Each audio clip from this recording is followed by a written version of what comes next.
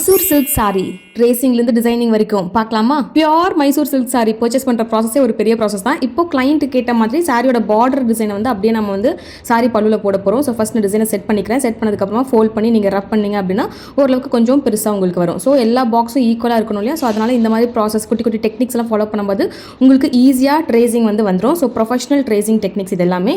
So எங்களோட ஸ்டூடெண்ட்ஸ்க்கு பார்த்தீங்கன்னா ஸ்டார்டிங்லேருந்தே ப்ரொஃபஷனலாக ட்ரேசிங் பண்ணி ஒர்க் பண்ணுறதுக்கு நம்ம சொல்லி கொடுத்துருவோம். அதனால் எந்த டிசைனாக இருந்தாலும் சரி ஈஸியாக அவங்க வந்து ட்ரேசிங் பண்ணி பர்ஃபெக்ட் ஃபினிஷிங்கோட ஒர்க் பண்ணுவாங்க. இப்போ ட்ரேசிங் வந்து ரெடி ஆயிடுச்சு. இதை வச்சு நம்ம ஹோல்ஸ் போட்டுட்டு ஃபேப்ரிக்ல வந்து ட்ரான்ஸ்ஃபர் பண்ண போகிறோம். சாரி பார்டரில் பாருங்க அந்த கோல்டு டிசைன் இருக்கு இல்லையா? அதே சேம் டிசைன் தான் நம்ம இப்போ ட்ரேசிங் பண்ணி ரெடி பண்ணியிருக்கோம்.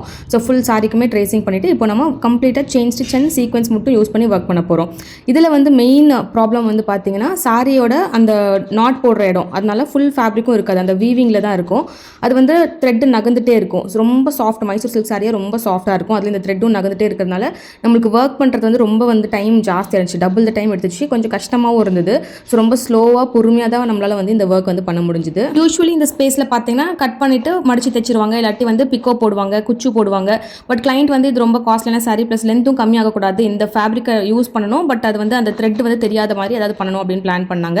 ஸோ அதனால தான் இந்த மாதிரி ஒரு ஐடியா பண்ணி நம்ம பார்டர் டிசைனையும் எம்ப்ராய்டரி வந்து பண்ணியிருந்தோம். உங்களுக்கும் இந்த மாதிரி மைசூர் சில்க் சாரி இல்லை any type of silk saris embroidery பண்ணணும் அப்படின்னு கான்டாக்ட் பண்ணுங்க. ஃபுல் சாரியுமே பண்ணுவோம், இல்லை பல்லுவில் மட்டும் வேணும் அப்படின்னாலும் நம்ம பண்ணி கொடுப்போம். இந்த சாரியில் பார்த்தீங்கன்னா வேறு எந்த கலர் காம்பினேஷனுமே இல்லை. ஸோ அதனால் கம்ப்ளீட்டாக கோல்டு சரி அண்ட் கோல்டு சம்கி வச்சு இந்த ஃபுல் பார்டர் டிசைனை நம்ம ஃபினிஷ் பண்ணிடுறோம். பல்லுவில் கீழேயுமே பார்த்தீங்கன்னா ஸ்கேலப் டிசைன் கொடுத்து நான் ஃபினிஷ் பண்ணியிருக்கேன். உங்களுக்கும் இந்த மாதிரி பேசிக்லேருந்து அட்வான்ஸ் வரைக்கும் கம்ப்ளீட்டாக ஆரி எம்ப்ராய்டரி கோர்ஸ் கற்றுக்கணும் அப்படின்னு நினச்சிங்கன்னா ஸ்க்ரீனில் இருக்க நம்பருக்கு கான்டாக்ட் பண்ணி நெக்ஸ்ட் பேட்ச்க்கு ரெஜிஸ்டர் பண்ணிக்கோங்க.